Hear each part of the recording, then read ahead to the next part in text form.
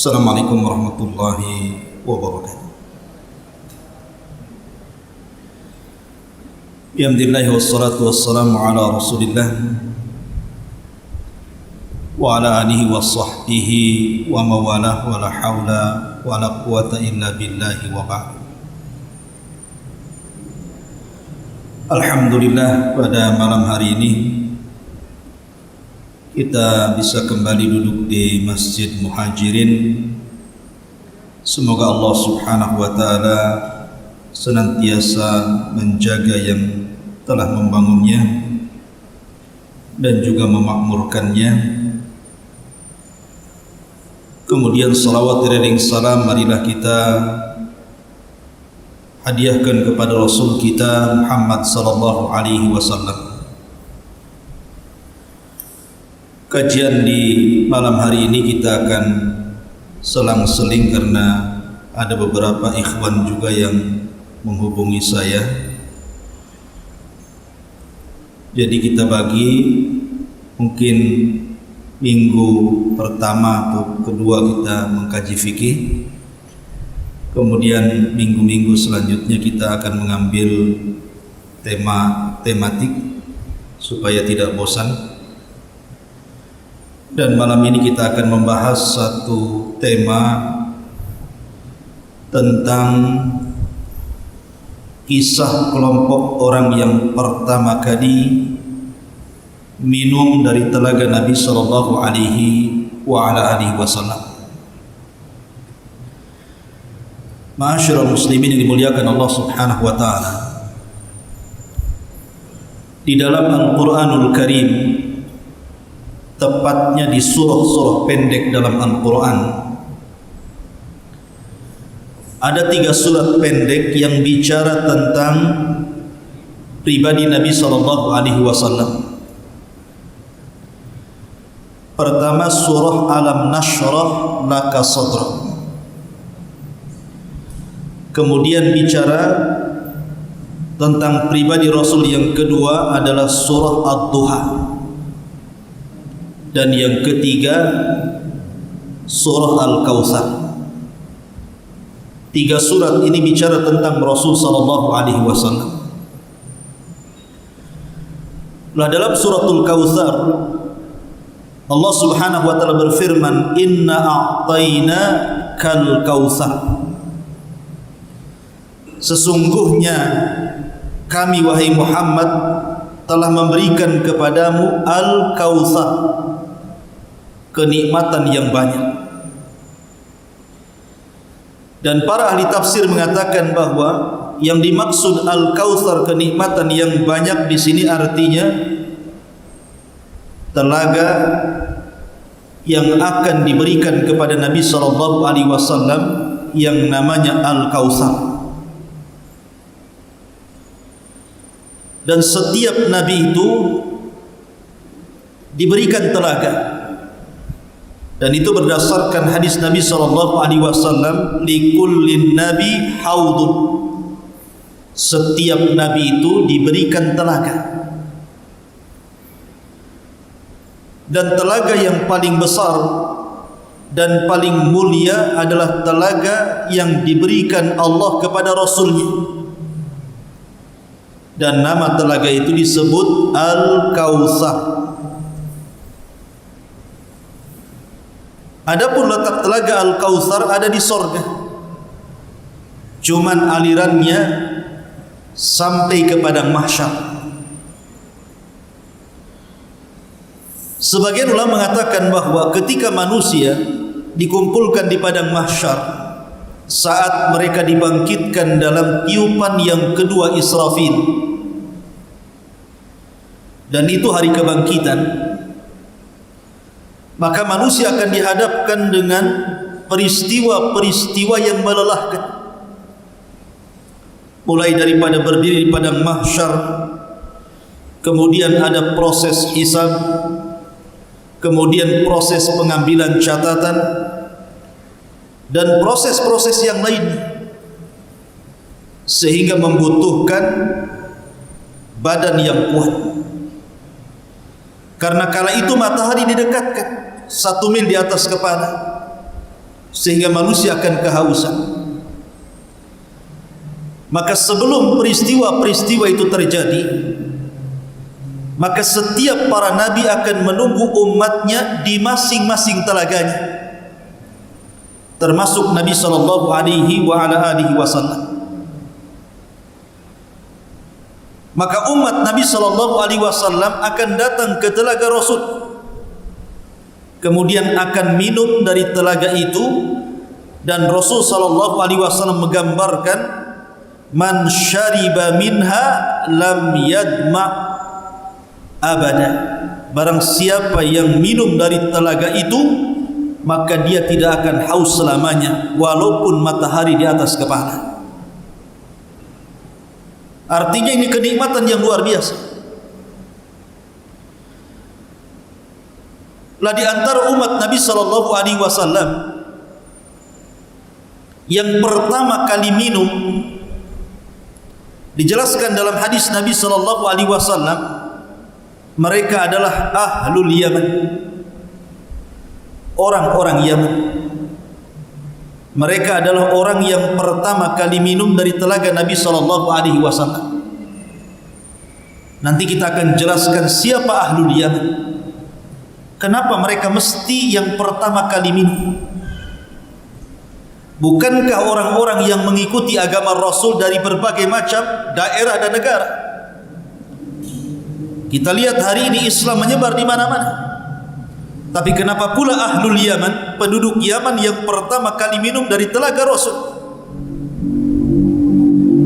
Ma'asyiral muslimin yang dimuliakan Allah Azza wa Jalla, dan itu berdasarkan hadis Imam Muslim, di mana Nabi sallallahu alaihi wasallam bersabda, inni labi ukri haudi adudun nasa li ahli Yaman adribu bi asaya hatta yarfad alaihim.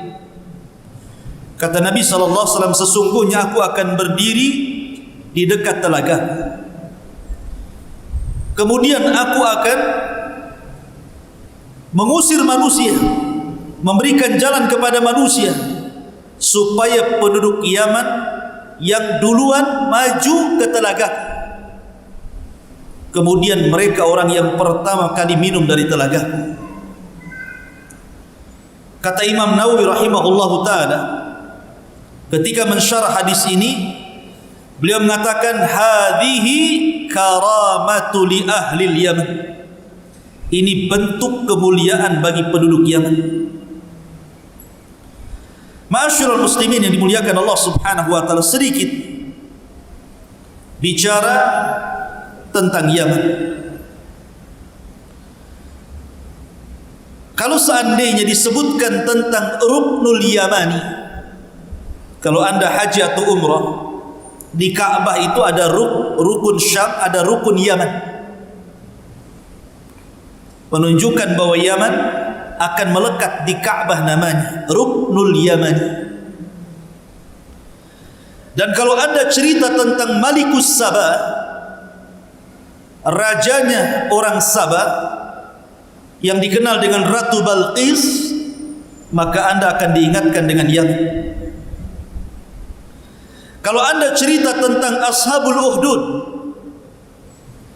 kisah orang-orang yang kemudian dibakar hidup-hidup, yang disebutkan dalam Al-Quran, Qutila ashabul uhdud an-nari dhatil waqud ila akhiril ayat, maka Anda akan diingatkan dengan negara Yaman, karena kejadiannya di Yaman. Kalau Anda bicara tentang Al-Ahqaf, bagaimana Nabi pertama Arab yang diutus oleh Allah Azza wa Jalla,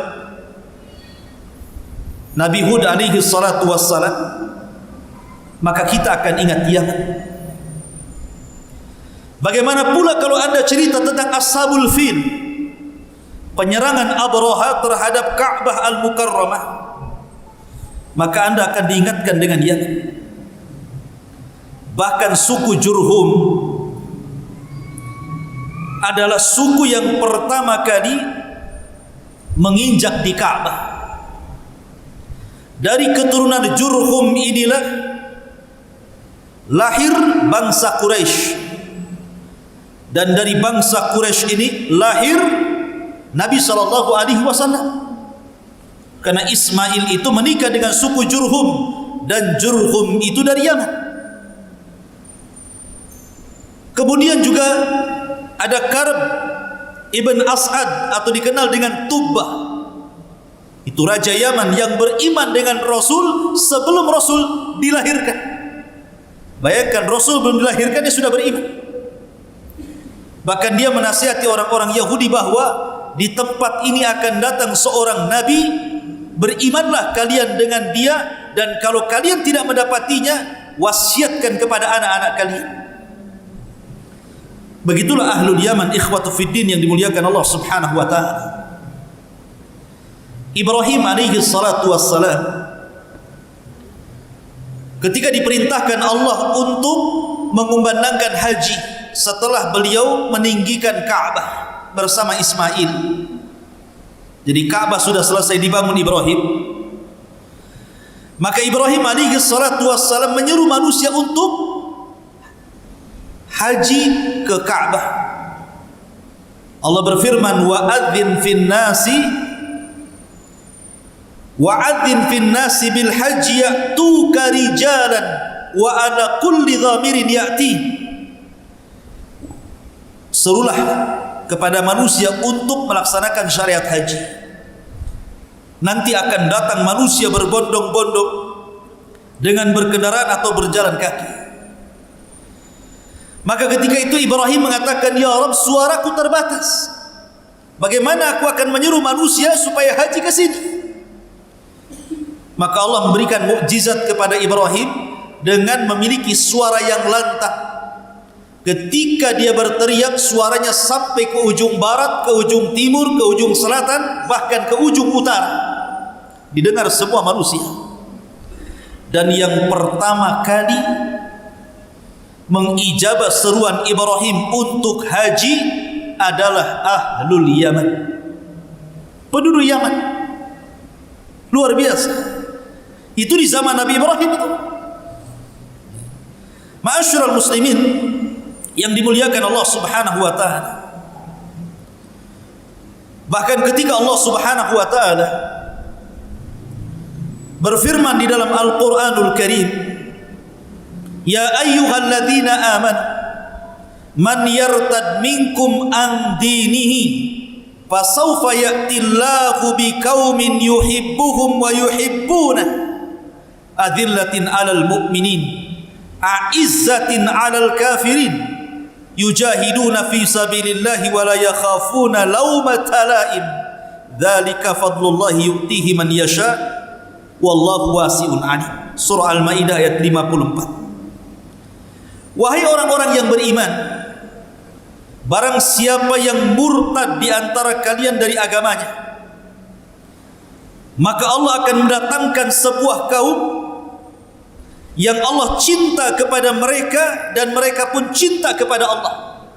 Kalau kalian murtad gak apa-apa, akan datang kepada kalian sebuah kaum yang Allah cinta kepada kaum itu dan kaum itu cinta kepada Allah. Mereka sangat lembut dengan orang-orang yang beriman, tapi sangat keras dengan orang-orang kafir. Mereka berjihad di jalan Allah, tidak takut dengan celaan manusia, dan itulah kelebihan yang Allah berikan kepada siapa yang dikehendaki, dan Allah maha luas rizkinya lagi maha mengetahui.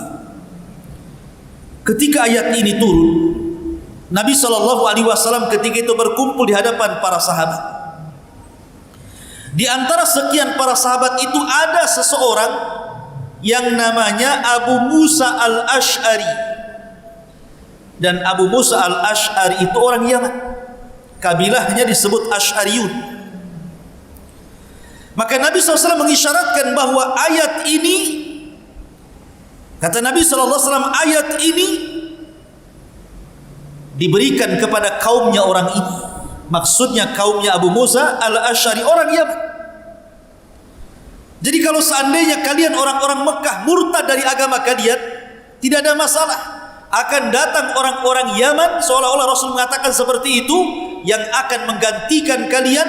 Allah cinta dengan mereka dan mereka cinta dengan Allah.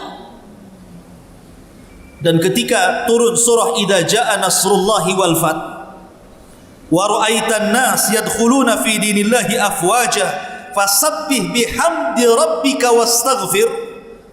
Apabila datang pertolongan dalam peperangan dan juga pembebasan kota Mekah, engkau lihat manusia berduyun-duyun, berbondong-bondong datang masuk ke agama Rasul.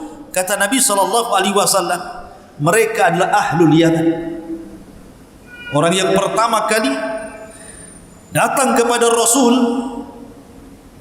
untuk mengislamkan diri-diri mereka.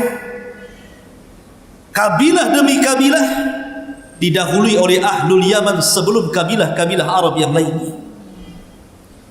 Dari sini ma'asyiral muslimin yang dimuliakan Allah Azza wa Jalla, wajar kalau Rasul mengatakan atakum ahlul Yaman hum araqqu quluban, al-imanu yamanin, al-fiqhu yamanin, al-hikmatu yamaniyah. Kata Rasul, telah datang kepada kalian penduduk Yaman, hati mereka lembut, iman ada di Yaman, kecerdasan ada di Yaman, dan hikmah kelembutan itu ada di Yaman. Makanya orang Yaman mudah untuk masuk Islam di zaman Nabi SAW. Baik, kita akan cerita kenapa Nabi SAW mengatakan kepada kita tentang orang yang pertama kali meminum dari telaga Rasul adalah penduduk Yaman. Diisyaratkan kepada siapa? Diisyaratkan kepada dua kabilah Yaman. Pertama Khazraj dan yang kedua Aus. Dua kabilah Khazraj dan Aus. Siapa Khazraj dan Aus ini? Dahulu ketika Yaman, jauh sebelum Nabi SAW dilahirkan, terjadi musibah besar dengan pecahnya sebuah bendungan yang ada di Ma'rib, yang disebut dengan Saddu Ma'rib namanya.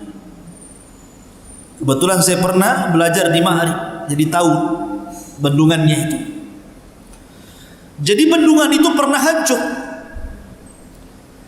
Terjadilah banjir bandang yang besar, akhirnya meluluntakkan hampir daerah-daerah, desa-desa, bahkan seluruh pertanian, seluruh rumah-rumah hancur lebur, sehingga banyak orang yang meninggal. Lah orang-orang yang selamat, akhirnya mereka kelaparan. Mereka harus mencari tempat baru untuk penghidupan mereka. Dari situlah maka datanglah dua kabilah. Mereka mencari tempat untuk menggantikan tempat yang sudah luluh lantah itu. Maka hijrahlah meminta suaka ke negeri yang disebut dengan Yathrib, yang belakangan disebut Madinah. Maka ketika kabilah Khazraj dan Aus sampai di Yathrib, kemudian turun-temurun, akhirnya kemudian mereka memiliki tempat yang layak di situ beranak pinak. Tetapi Allah takdirkan dua kabilah ini tidak pernah akur, selalu berperang, padahal mereka satu kakek dan buyut. Sampai akhirnya kemudian Allah Subhanahu wa taala takdirkan Rasul diizinkan untuk hijrah dari Mekah ke Madinah, ke Yathrib. Maka Nabi SAW berhasil kemudian menyatukan dua kabilah besar ini dari kabilah Yaman, Khazraj dan Aus. Akhirnya Allah Subhanahu wa taala firmankan, "Udhkuru ni'matallahi 'alaikum idh kuntum a'daan fa'allafa baina qulubikum." Ingatlah nikmat Allah yang Allah anugerahkan kepada kalian. Dulu kalian bermusuhan di situ, kemudian Allah lembutkan hati-hati kalian. Akhirnya dua kabilah ini semuanya masuk ke dalam Islam dan mereka disebut Al-Ansar. Ada Muhajirin, ada Ansar. Ansar inilah terdiri dari dua kabilah Khazraj dan Aus. Kemudian lanjut cerita, ma'asyiral muslimin yang dimuliakan Allah Azza wa Jalla. Nabi SAW Ketika di Mekah kita tahu dakwahnya didustakan. Ketika ke Madinah dibenarkan pula oleh orang-orang Madinah. Ketika di Mekah Nabi SAW dihinakan. Ketika datang ke Madinah Rasul dimuliakan. Ketika di Mekah Nabi SAW diusir. Ketika datang ke Madinah Nabi SAW justru dilindungi, disayangi, dan berusaha untuk dibela dan ditolong. Ketika Nabi SAW sudah banyak melakukan peperangan dan banyak dimenangkan kaum muslimin, bahkan Allah Subhanahu wa taala firmankan, "Idza jaa nasrullahi wal fath." Apabila datang pertolongan Allah di berbagai macam peperangan, terutama di Badar, wal fath, dan juga pembebasan kota Mekah, ketika itu manusia sudah banyak masuk Islam. Disitulah Nabi SAW di puncak karirnya seorang nabi, berhasil mengislamkan ribuan manusia. Hanya tempo sesingkat-singkatnya, karena usia dakwah Rasul itu hanya 23 tahun saja. 13 tahun di kota Mekah dan 10 tahun di kota Madinah. Ketika Nabi SAW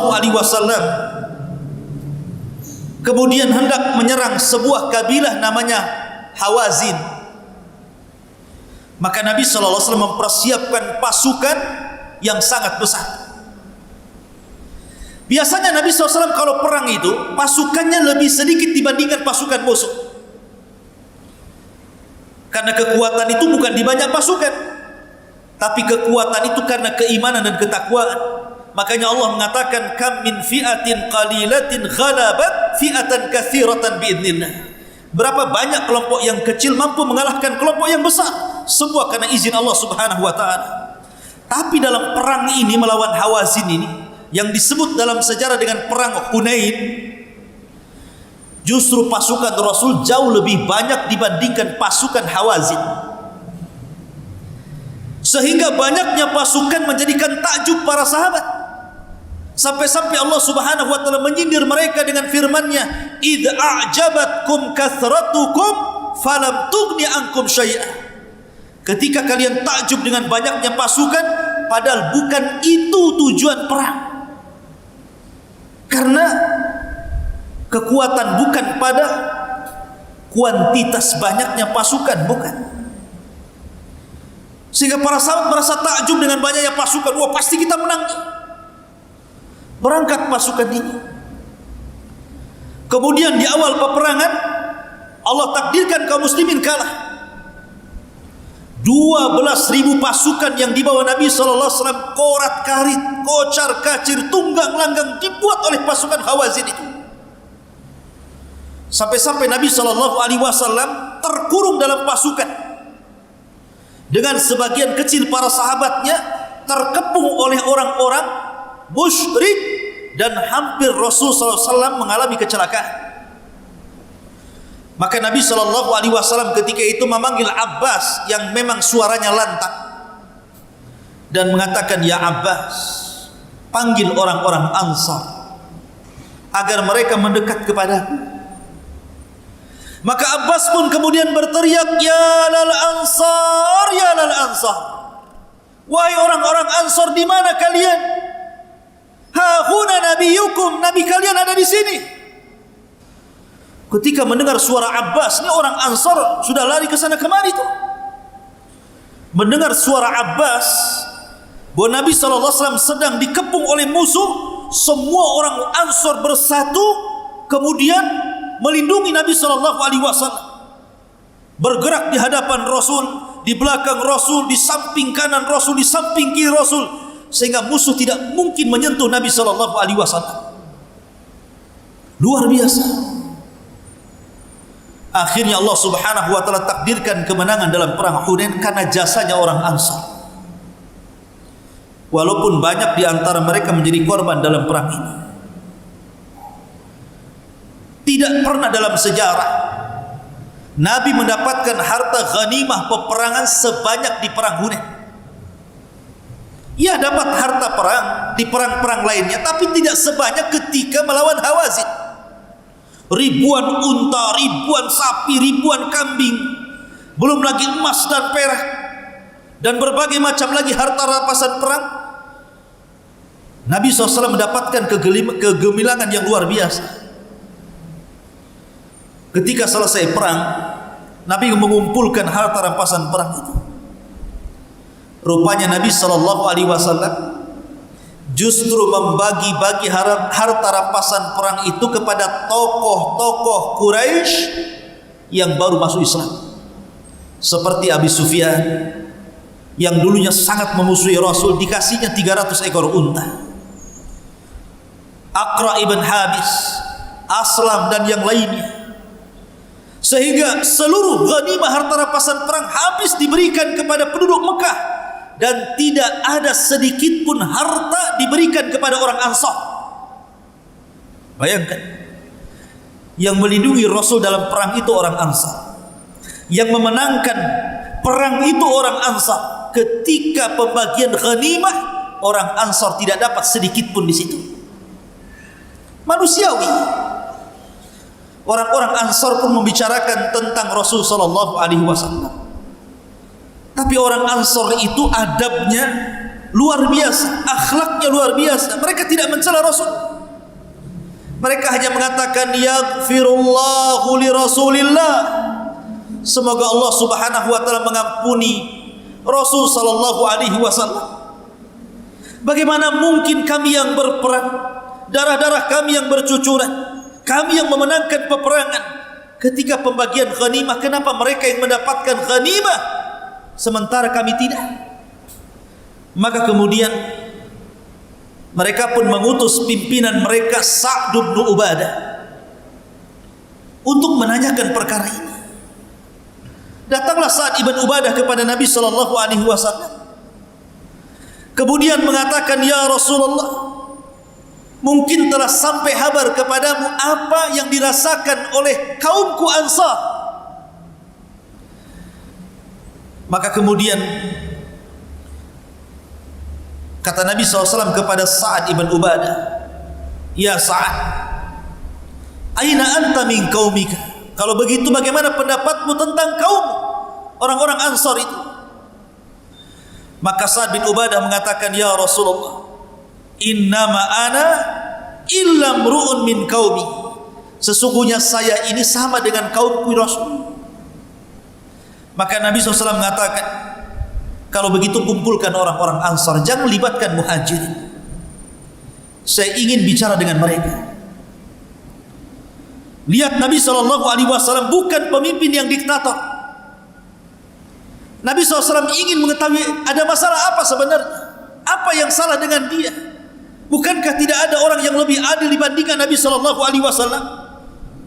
Makanya ketika datang seorang yang menjadi cikal bakal Khawarij, Dzul Khuwaisirah, dan mengatakan, i'dil ya Muhammad, adillah kau dalam berbagi wahai Muhammad.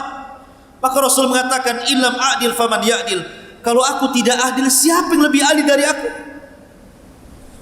Maka dikumpulkan orang-orang Ansar. Kemudian Nabi SAW mengatakan, ya lal Ansar, ya ma'syaral Ansar, balagatni maqalatun balagatni ankum wajidatun wajadtumuha fi anfusikum. Wahai orang-orang Ansar, telah sampai berita ke telingaku, telah sampai kabar kepada diriku tentang apa yang kalian bicarakan di belakang kalian tentang diriku. Kemudian Nabi SAW mengatakan di hadapan orang Ansar, seolah-olah Rasul mengatakan, salah kalau seandainya saya bagikan harta ini kepada mereka.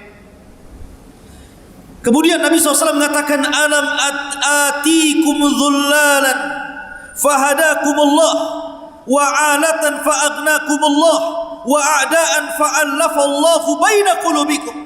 Wahai Ansar, dengarkan. Dulu kalian sesat, dulu kalian tersesat. Kemudian saya datang ke Madinah menemui kalian, dan kalian mendapatkan petunjuk dari Allah Subhanahu wa taala karena kedatanganku. Kemudian kata Rasul, dulu kalian susah, miskin. Kemudian dengan kedatanganku kalian menjadi kaya. Dulu kalian berpecah belah antara Khazraj dan Aus. Kemudian aku datang kepada kalian, kudamaikan kalian. Sekarang kalian bersatu dan saling menyayangi. Kemudian orang-orang Ansar mendengarkan perkataan Rasul. Mereka hanya mengatakan, qalu balillahu wa rasuluhu al-minnatu wal fadl. Bahkan Allah dan Rasulnya segala al-minnah wal fadl, keistimewaan dan keutamaan. Mereka tidak membantah sedikit pun. Kemudian Nabi SAW mengatakan, ya ma'syaral ansar ajibuni, wahai ma'syaral ansar, jawablah pertanyaanku. Jawab sekarang. Bukankah dulu kalian tersesat kemudian dapat hidayah karenaku? Bukankah kalian dulu miskin kemudian kalian kaya karenaku? Bukankah dulu kalian bermusuhan kemudian kalian bersatu karenaku? Jawablah wahai orang-orang Ansar. Akhirnya orang Ansar hanya tertunduk. Tapi Nabi SAW itu orang yang paling paham dengan kebaikan orang. Rasul itu orang yang paling paham dengan kebaikan manusia. Dan Rasul orang yang membalas setiap kebaikan manusia. Dan harusnya kita seperti itu. Harus pandai membalas kebaikan manusia kepada kita. Apa kata Nabi SAW? Ama wallahi law syi'tum laqultum fala saddaqtum wala suddiktum ataina mukadzaban fasaddaqna wa makhdulan fanasarna wa taridan fa'awaina wa ailan fa'asaina. Demi Allah wahai orang-orang Ansar, seandainya kalian mengucapkan apa saja, pasti ucapan kalian kubenarkan. Seperti kalian mengatakan, hei Muhammad, dulu engkau di Mekah didustakan, kami yang membenarkan dakwah. Hei Muhammad, dulu engkau dihinakan di Mekah, kami yang memuliakan. Dulu engkau diusir dari Mekah, kami yang melindungi. Dulu engkau miskin, kami yang memberikan kekayaan. Kalau kalian bicara seperti itu, semuanya kubenarkan. Tidak ada yang salah itu. Benar semuanya itu.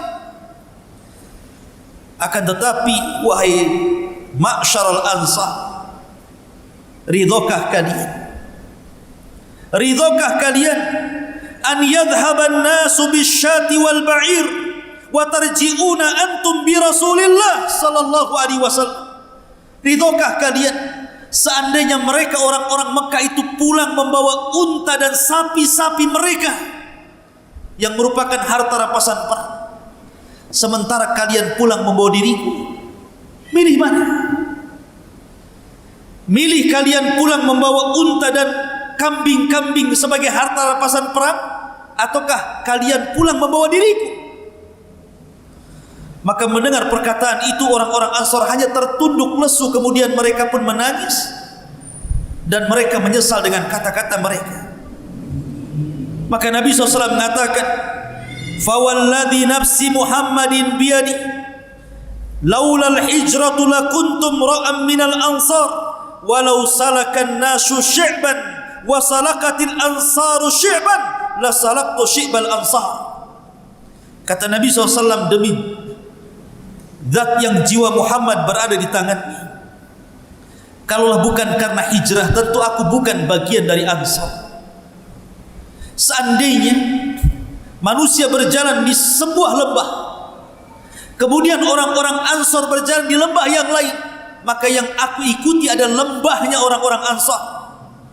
Maka Nabi SAW mengangkat kedua tangannya dan mengatakan, Allahumma hamlil ansar wa abna'il ansar wa abna'i abna'il ansar.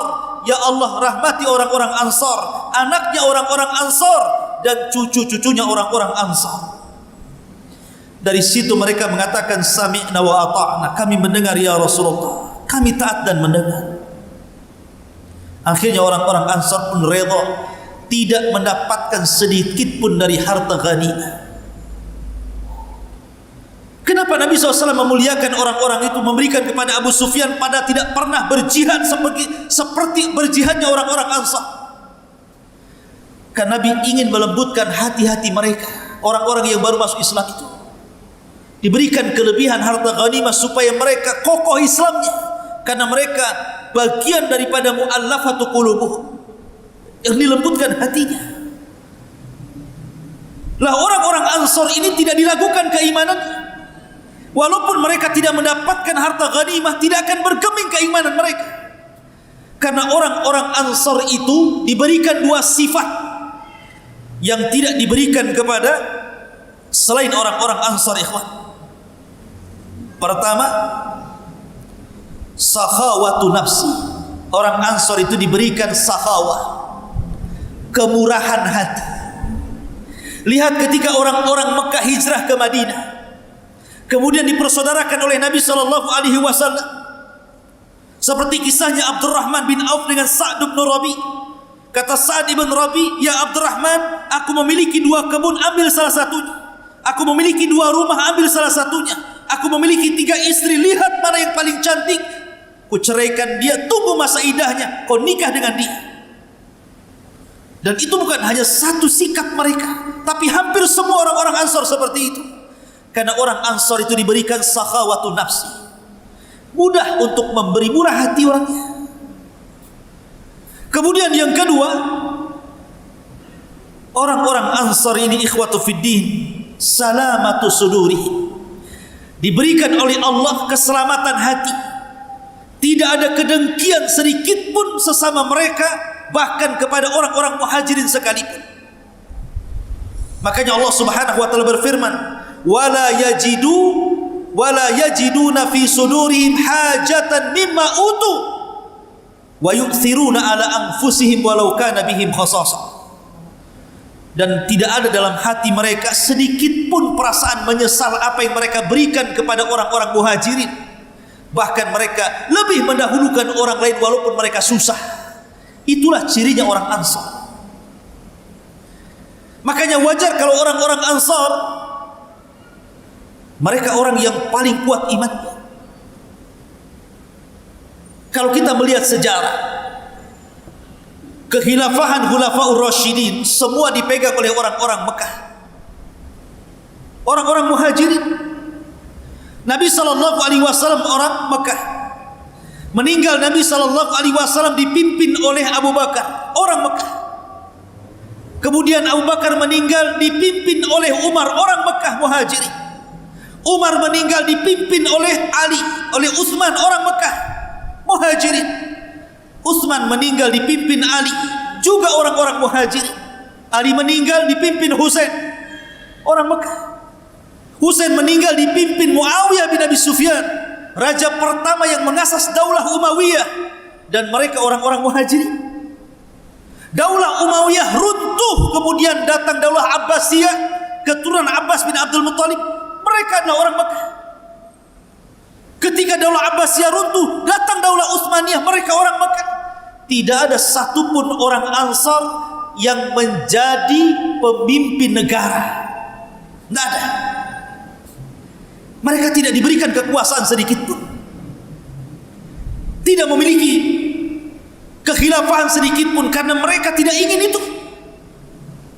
Bayangkan, Allah uji orang-orang Ansar, tidak diberikan bagian dari dunia sedikit pun, semua diberikan kepada orang-orang muhajirin. Sejak Rasul, Abu Bakar, Umar, Utsman, Ali, Hasan, Muawiyah, dan begitu seterusnya. Tetap saja kondisi orang Ansar itu susah. Bahkan Nabi SAW pernah mengatakan, satakunu min ba'di, satakunu atharatu min ba'di. Hai orang-orang Ansar, kelak akan datang kepada kalian sebuah zaman di mana yang memimpin kalian itu zalim, merampas hak kalian. Seolah-olah Rasul tahu kenapa, karena orang Ansar tidak mungkin jadi penguasa. Maka Rasul mengatakan akan datang zamannya di mana para penguasa kalian akan zalim kepada kalian. Lihat apa yang dikatakan orang Ansar. Orang-orang Ansar mengatakan, ya Rasul, kalau begitu apa yang harus kami lakukan saat itu? Maka Nabi SAW mengatakan, isbiru, sabar kalian. Isbiru, hatta talqauni inda haudi, sampai kelak kalian menemuiku di telagaku. Sabarlah kalian, karena kelak kalian akan menemui di telagaku. Seolah-olah Nabi SAW, tidak masalah kalian tidak mendapatkan bagian di dunia sedikit pun, tapi di akhirat kalian yang akan pertama menikmati telagaku, kata Nabi SAW. Itulah orang-orang Ansar. Dan orang-orang Ansar itu dari Yaman. Karena kabilah Khazraj dan Aus adalah dua kabilah yang berasal dari Yaman. Ma'asyiral muslimin yang dimuliakan Allah Subhanahu wa taala. Makanya kalau kita melihat orang-orang Ansar dijadikan rujukan dalam beragama. Di dalam Al-Quran, dalam surah At-Taubah, Allah mengatakan as-sabiqunal awwalun minal muhajirin wal ansar. As-sabiqunal awwalun minal muhajirin wal ansar. Orang yang as-sabiq, yang mula-mula, orang yang awal-awal, siapa mereka? Pertama muhajirin, yang kedua ansar. Kemudian Allah mengatakan apa? Walladzina taba'uhum bi ihsan. Dan orang yang mengikuti mereka, maksudnya muhajirin dan ansar, dengan baik.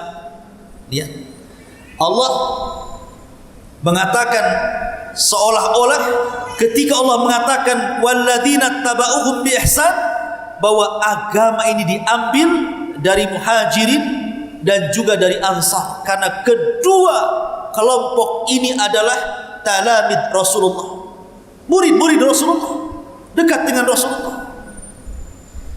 Makanya kalimat ansar itu kalimat syar'i, karena dicantumkan dalam Al-Quran dan dicantumkan dalam hadis Rasul. Hubbul ansar minal iman, mencintai ansar itu bagian daripada iman. Dan banyak ditorehkan sejarah-sejarah sahabat Rasul dari ansar yang banyak berjasa dalam Islam. Di sana ada Sa'd bin Mu'ad, orang yang paling berjasa dalam Islam. Sa'd bin Mu'ad ini pemimpin Aus, yang sebab keislamannya satu kabilah masuk Islam. Ketika perang Khandaq, tiba-tiba dia terkena panah. Sebab kena panahnya itulah akhirnya dia meninggal dunia. Kata Nabi SAW, di hari Sa'd bin Mu'ad meninggal dunia, bergegar arsh Allah Subhanahu wa ta'ala. Bayangkan arsh Allah, makhluk yang sangat besar, bisa bergetar gara-gara kematian Sa'ad ini. Karena senangnya untuk menyambut ruh Sa'ad yang naik ke langit, sehingga arsh itu bergetar dan bergegar. Dan para malaikat senang dengan kedatangan ruhnya Sa'ad. Dan Nabi SAW selalu menyebut-nyebut namanya, sampai-sampai kata Rasul, setiap orang yang masuk kuburan itu pasti ada himpitan. Kalau ada orang yang selamat dari himpitan kuburan, tentu yang selamat adalah Sa'ad ibn Mu'ad. Tapi rupanya dia pun tidak selamat dari himpitan kubur. Apa maksudnya? Orang yang masuk kuburan itu pasti akan ada himpitan kubur. Saya, Anda, siapapun, hatta sahabat Rasul. Tapi perbedaannya, kalau orang-orang kafir dihimpit kuburan, maka akan meremukkan seluruh tulang dan otot-ototnya. Tetapi kalau orang-orang yang beriman dihimpit oleh tanah kuburan, maka kita tercipta dari tanah dan akan kembali ke tanah. Dan tanah itu bimanzilatil alal ibni, seolah-olah ibu yang sedang memeluk anaknya. Jadi bumi itu walaupun menghimpit orang-orang yang beriman, tapi himpitan kasih sayang. Tapi kata Rasul mengatakan, kalau ada orang yang selamat dari himpitan kubur, maka Sa'adlah orangnya. Rasul tidak menyebutkan Abu Bakar orangnya. Rasul tidak menyebutkan Umar, Utsman, Ali, ataupun orang-orang muhajirin lainnya. Menunjukkan apa? Bahwa Sa'ad ini memiliki keistimewaan, dan dia adalah penguasa Aus, dari kabilah Aus, dari Ansar Nabi SAW. Kemudian di sana ada Hassan ibn Thabit yang Allah berikan usia panjang 120 tahun. 60 tahun di masa jahiliyah, 60 tahun di masa Islam. Hassan ibn Thabit itu. Dan dia seorang penyair. Dan ketika itu seorang penyair, kalau zaman sekarang ini pemilik televisi, pemilik media. Karena syair di zaman itu sama dengan media. Bisa membangkitkan orang semangat jihad, bisa membangkitkan orang untuk perang, bisa menjadikan orang bermusuhan. Syair di zaman itu seperti itu. Dan Rasul sangat bangga dengan Hassan ibn Thabit. Ma'asyiral muslimin yang dimuliakan Allah Azza wa Jalla. Dan dia penyair dari Ansar. Kemudian di sana ada Ubay ibn Ka'ab. Siapa yang tidak kenal Ubay ibn Ka'ab? Allah anugerahkan Al-Quran di dadanya. Sampai-sampai Rasul pernah mengatakan, "Ya Ubay, innallaha amarani an aqra alaika surah lam yakunil ladzina kafar." Wahai Ubay, Allah telah perintahkan aku untuk membacakan kepadamu surat lam yakunil ladzina kafar. Makanya Ubay dikatakan Rasul, ambillah Al-Quran dari 4 orang. Pertama Abdullah bin Mas'ud atau Ibnu Ummi Abdin. Yang kedua Ubay ibn Ka'ab. Rasul menyebutkan Ubay ibn Ka'ab, ambil Quran dari dia. Makanya ketika di masa Umar bin Khattab radhiyallahu an menghidupkan tarawih 1 bulan di masjid, yang menjadi imamnya adalah Ubay ibn Ka'ab. Subhanallah. Di sana ada Zaid ibn Thabit, anak kecil tapi punya kecerdasan orang Ansar. Karena memiliki kecerdasan, maka Nabi SAW mengambil Zaid ibn Thabit untuk menjadi sekretarisnya. Dan dia mampu menghafal bahasa-bahasa di luar dari bahasa Arab. Bahkan ketika Rasul mengatakan, "Ya Zaid, pelajari bahasa Yahudi." Tidak sampai 1 bulan dia sanggup bicara bahasa Yahudi. Zaid ibn Thabit dari Ansar. Ma'asyiral muslimin yang dimuliakan Allah Azza wa Jalla. Di sana ada Abdullah ibn Haram, orang yang sudah tua tetapi semangat jihadnya luar biasa. Dan banyak lagi ikhwatu fiddin, sahabat-sahabat Ansar yang menorehkan sebuah jasa besar dalam Islam. Wajar kalau seandainya Nabi SAW mengatakan bahwa mereka adalah orang yang pertama kali minum dari telaga Rasul SAW. Mereka ahlul Yaman. Dari sini ma'asyiral muslimin, kita tahu bahwa pentingnya kita mengenal sejarah supaya kita bisa memuliakan para sahabat Nabi SAW. Karena mencintai para sahabat Rasul adalah bagian daripada ibadah. Karena Rasul yang mengatakan, "Jangan kau celah sahabatku. Seandainya kamu memiliki emas sebesar Uhud sekalipun, tidak sanggup mencapai seperti yang didapati para sahabat walaupun separuh telapak tangan kalian sekalipun." Artinya bahwa para sahabatlah generasi terbaik. Kalau bukan karena Allah kemudian mereka, tentu kita tidak pernah mengenal solat. Tentu kita tidak mungkin mengaji pada hari ini. Tentu kita tidak mengenal syariat zakat, syariat puasa, syariat haji. Karena wasilah agama ini dari Nabi SAW lewat mereka perantara para sahabat Nabi SAW. Salah satunya orang-orang Ansar.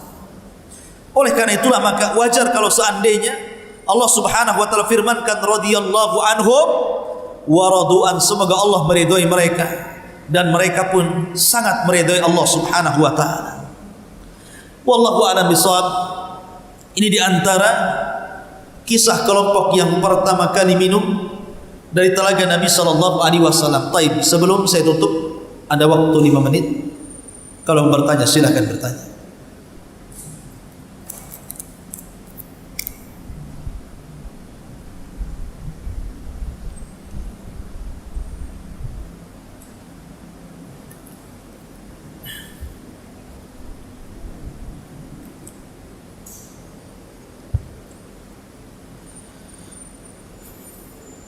Tidak ada. Kalau tidak ada kita tutup. Baik. Antum ngomong apa nggak dengar? Ada mic-nya. Susah ya. Maju sini, maju sini.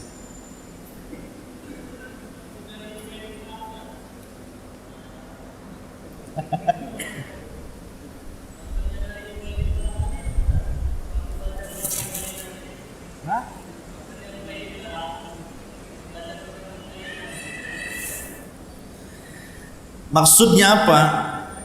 Maksudnya surah Al-Bayyinah itu turun kepada Ubay bin Ka'ab.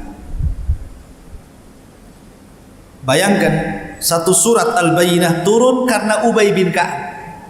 Allah yang perintahkan untuk membacakan Al-Bayyinah kepada Ubay. Menunjukkan apa?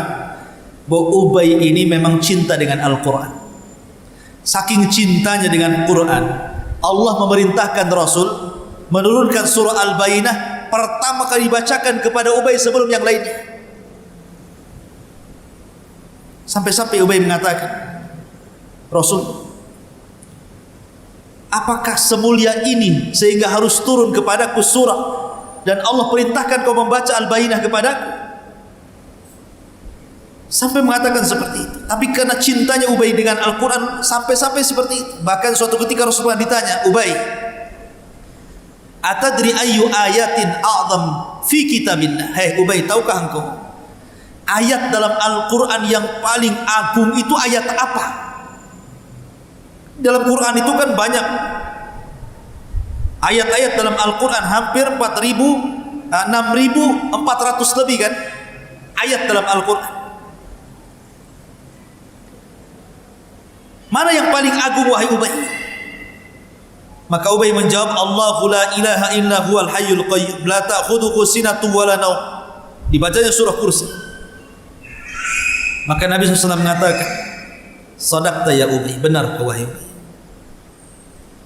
Rasulullah SAW mengiyakan.